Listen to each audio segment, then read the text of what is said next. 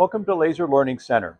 In this video, what we're going to do is talk about a smart camera application, or another word is fixtureless. You do not need a fixture.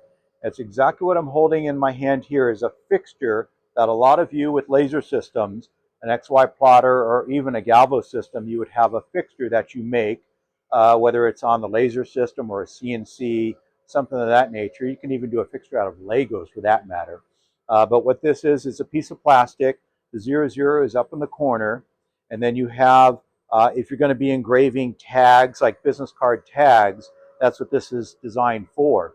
You have a center-to-center spacing, and then you are going to do that many tags with an XY plotter system, or even a galvo system with an XY coordinate system, and we'll get into that kind of thing later on. Typically a galvo is a static field, but you can move the galvo. Did you know that? No, we're going to talk about that later. So anyways, we do not need a fixture for a smart camera. That's what this whole entire video is all about. So all I'm going to do with this fixture is, watch this. I throw it down on the ground because I don't need it. So I'm going to show you over here what I have as an open system. There's two lights here. There's two external lights. I'm going to talk about that in just a minute. It's very critical because this is an open system. So it's a galvo system.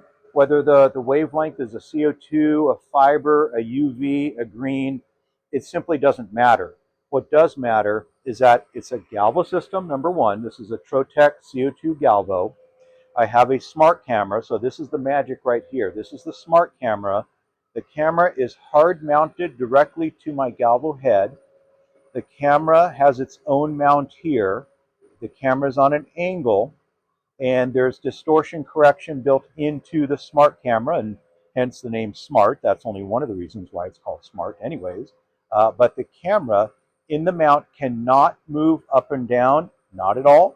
It cannot move side to side. If you have any kind of angular distortion and it moves, then all bets are off, and the smart camera is not going to pick it up. So it's extremely critical to have a good, solid, stable mount directly mounted to your galvo. So the galvo, when it initializes, or if you do different part heights, you're moving up and down to compensate for different part heights. This happens to be an f400 lens. This is a focus tool for an f400 lens. So I'm already predetermined for the example I'm going to show you here. And what I'm going to do is arbitrarily throw some wood name tags under the field, and the camera is going to send that positional data to the laser system and run. But I wanted to show you the entire setup here before I do that.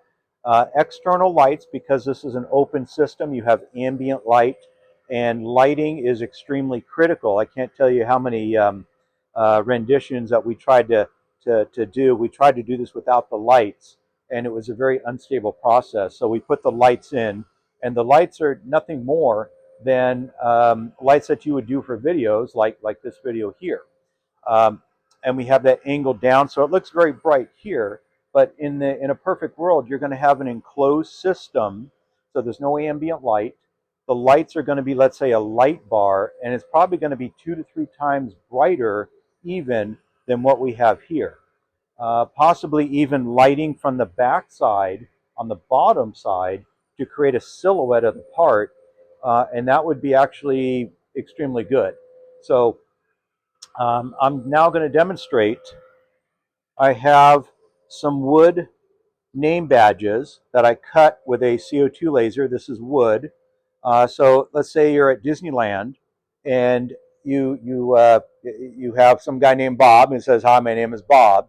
So you have a contract with your laser system to put names on name badges.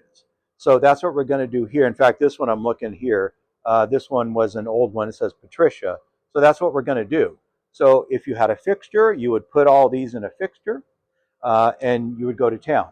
But I'm going to show you something really cool. Technology has really come a long, long way. So let's talk about the material quickly. So because this is wood, it's a CO2 laser, and this is a CO2 laser, a Trotec CO2 laser. If I had metal, it'll be a fiber laser. If you had Romark Trolase, which is 2 2-ply plastic. You engrave through the top to expose the bottom, um, like for making signs or name badges. Then you would have a CO2 laser as well. So let's just put the wood and the sample, what the example I'm going to do, I'm just going to throw this in arbitrary, and you can see it's turning over. Oh, well, okay, let's try that again. I'm going to put it in a little bit softer. I'm just going to throw these arbitrary, and maybe we'll have one, I don't know, maybe up here. So it's very arbitrary. Now I'm going to come over and we'll talk about the software for a second. So this is the smart camera software. This is a live view of my name badges that are just in there arbitrary. And I'm going to click and trigger the camera, and you see all of the green and blue arrows, and I picked up all of them. So that's good. So now the camera is sending back X, Y, and theta, which is the rotational data, over to my laser software. So I'm going to go to my laser software, and all I got to do is press the start button. So come back over here, and I'm going to press start, and I have an exhaust system back here. You can see all the smoke. The smoke is very critical to exhaust out, because smoke is debris and smell. You don't want to breathe debris into your lungs. So you can see the positions are perfect. It's right in the center. The smart camera did its job. And let's just turn these, and you can see what we did here. So there's your name badges, just like we wanted to do. And again, whether you had different materials, it doesn't matter. If you have a different laser, it doesn't matter. But it's the whole setup with the smart camera. Yep. Thank you. So, um, yeah. But anyways, that's what I wanted to show you here, the smart camera. And there's other things that the smart camera can do as well. So if we did have a fixture and a part was, let's say, up here like that, then the smart camera will determine that the part is not good, like this part is not good because it's sitting outside of the fixture.